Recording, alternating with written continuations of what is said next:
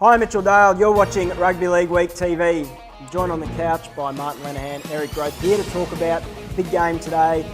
Manly and Canterbury, two sides that a month ago they were just going in totally opposite directions, weren't they? Manly were flying, looked like they were on track for the minor premiership. The Dogs, they were clinging to the bottom of the 8, and you thought they're not going to make much of an impact. They weren't going too well.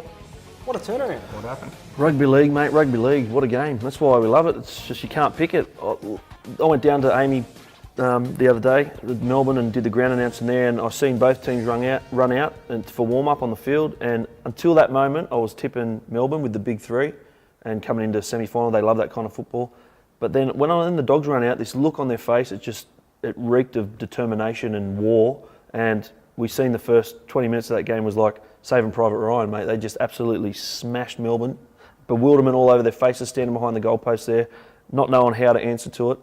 Momentum's a funny thing, but I just don't see Manly lying down and letting the Dogs' momentum be the reason why they... Momentum's a key word, but you would have to say that Manly don't have it at the moment. No, look, the thing about Manly is a lot of infighting. You know, there's usually a lot of pot shots taken at them from the outside, but now it's internal, a lot of it with Cherry Evans. You got guys leaving like Glenn Stewart, Jason King retiring. We caught up with Jason King just to get a bit of a feel for what he thinks at the moment about this era ending at Manly. The mood's good. We spoke about it after the game that in semi-final football, final series, you've got to move on pretty quickly. You can't dwell too much on your losses, and we can't afford to do that this week. We've got to pull out any positives we possibly can from last week, but at the same time identify those areas we need to improve on. I guess you could put it in those terms if you choose, but and then that happens at every football team. It happens in every sporting club.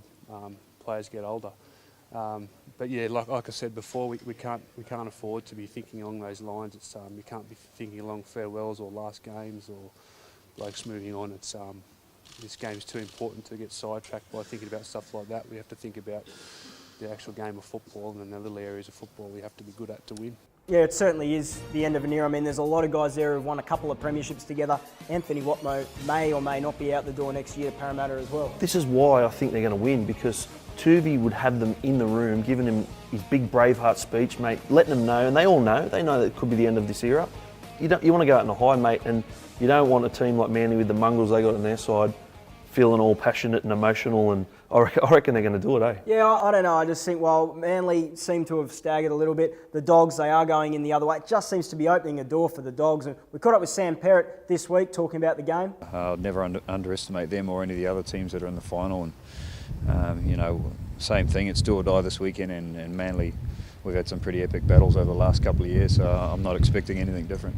Yeah, it has. It seemed to have turned on its head for the Dogs, but as you say, you think Manly will be foaming at the mouth. Well, yeah, you just see, 2 weeks ago, everyone was writing the Dogs off, and all of a sudden, they're the new best thing, and momentum's a scary thing, no doubt, but Manly, they've got to open that door, and they're meeting Manly.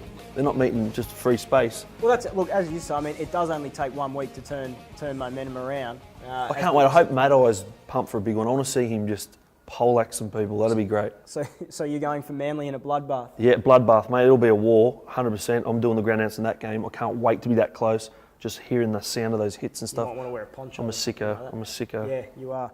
Leno? Too many injuries, boys, for me at Manly. Too much going on off the field. I think James Graham to run all over the top of them. Love Eastwood, Clemmer, what they did last week. Doggies by 6. Yeah, that's what I think as well. Just with a few of the injuries that are out of the Manly pack and the way the Dogs played last week, I think they'll get them in the middle. They'll get them on the fringes. They'll be a bit too good. Boys, I think that'll set up a game against Penrith next weekend, which will be a cracker, the Dogs and the Panthers. Now, on the Panthers, I had a chat to the Mole. It's been a few weeks since we had a Mole scoop. Bring the Mole back. He tells me, speaking about Penrith, Garth Brennan, their very highly rated reserve grade coach there, could be a smoky for the vacant Tigers position. Of course, this week we saw Michael Potter get the axe, which was probably coming since about July.